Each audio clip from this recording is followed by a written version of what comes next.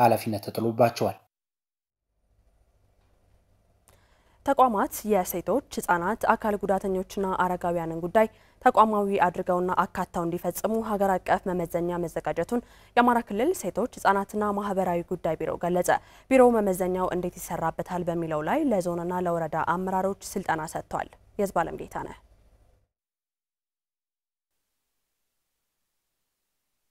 የሴቶች ህፃናት አረጋውያንና አካል ጉዳተኞች ጉዳይ የአንድ ቢሮ ብቻ ሳይሆን የሁሉም ተቋማት ጉዳይ እንዲሆን ለማድረግና አካተው እንዲፈጽሙ ለማድረግ ሀገር አቀፍ መመዘኛ ተዘጋጅቷል።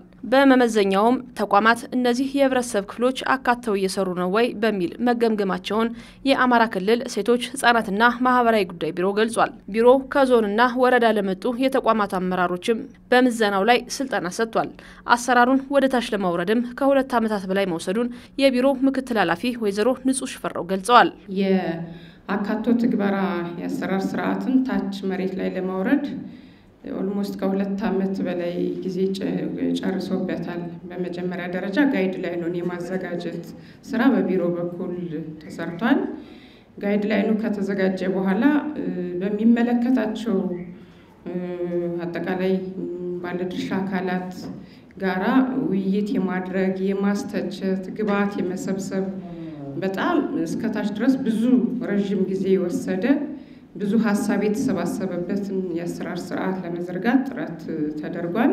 ከዚህ ቀደም በነበረው አሰራር ተቋማት ሴቶች ህፃናት አረጋውያንና አካል ጉዳተኞች የአሰራራቸው አካል እንዳልነበሩ የአማራ ክልል ሴቶች ህፃናትና ማህበራዊ ጉዳይ ቢሮ ኃላፊ ወይዘሮ ብርቱካን ሲሳይ አንስተዋል። ተቋማት መጀመሪያው የቀዳቸው አካል አይደሉም። እነዚህ ሰዎች እኛ ፈጽማችኋል አልፈጸማችሁም እንላቸዋለን እንጂ በቅድ አልያዟቸውም። ምን ያህል ሴቶች መጠቀም አለባቸው፣ ምን ያህል አካል ጉዳተኛ፣ ምን ያህል አረጋዊ የሚመለከታቸው ማለት ነው። ሁሉንም ሳይሆን እንደየሚመለከታቸው መጀመሪያ በቅዳቸው፣ በፕሮግራማቸው፣ በክትትልና ድጋፋቸው፣ በአጠቃላይ ስልጣናቸው አካል አድርገው አልያዟቸው።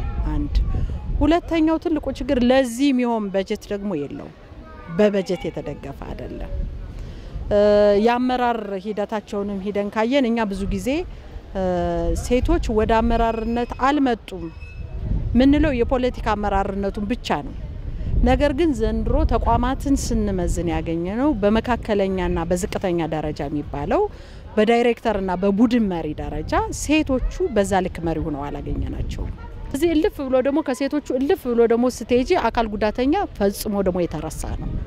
ተቋማቱ ከተመዘኑ በኋላ ግን ለእነዚህ የህብረተሰብ ክፍሎች ትኩረት እየሰጡ መሆኑንና ለውጦች እየታዩ መሆኑን ነው ቢሮ ኃላፊው የጠቀሱት። በጣም በብዙ ተቋማት የአካል ጉዳተኞች ቀን ተከብሯል። ቀኑ ማክበር አይደለም፣ ሰፊ የግንዛቤ ማስጨበጫ ስራ ሰርተዋል። የአቅም ግንባታ ስራ ሰርተዋል። አካል ጉዳተኛ ላይ ጋፕ ነው ያሏቸውን በምዘናቸው ጊዜ ያዩዋቸውን ለማስተካከል ጥረት አድርገዋል። ሴቶች ላይም በተመሳሳይ በጣም ብዙ ተቋማት ለሴቶቹ የአቅም ግንባታ ስልጠና ሰጥተዋል። በመካከለኛም በዝቅተኛ ደረጃም ያመራር አቅማቸውን ያሳደጉ ያመራር ማስተካከያ ጭምር የሰሩ ቢሮዎችን አግኝተናል።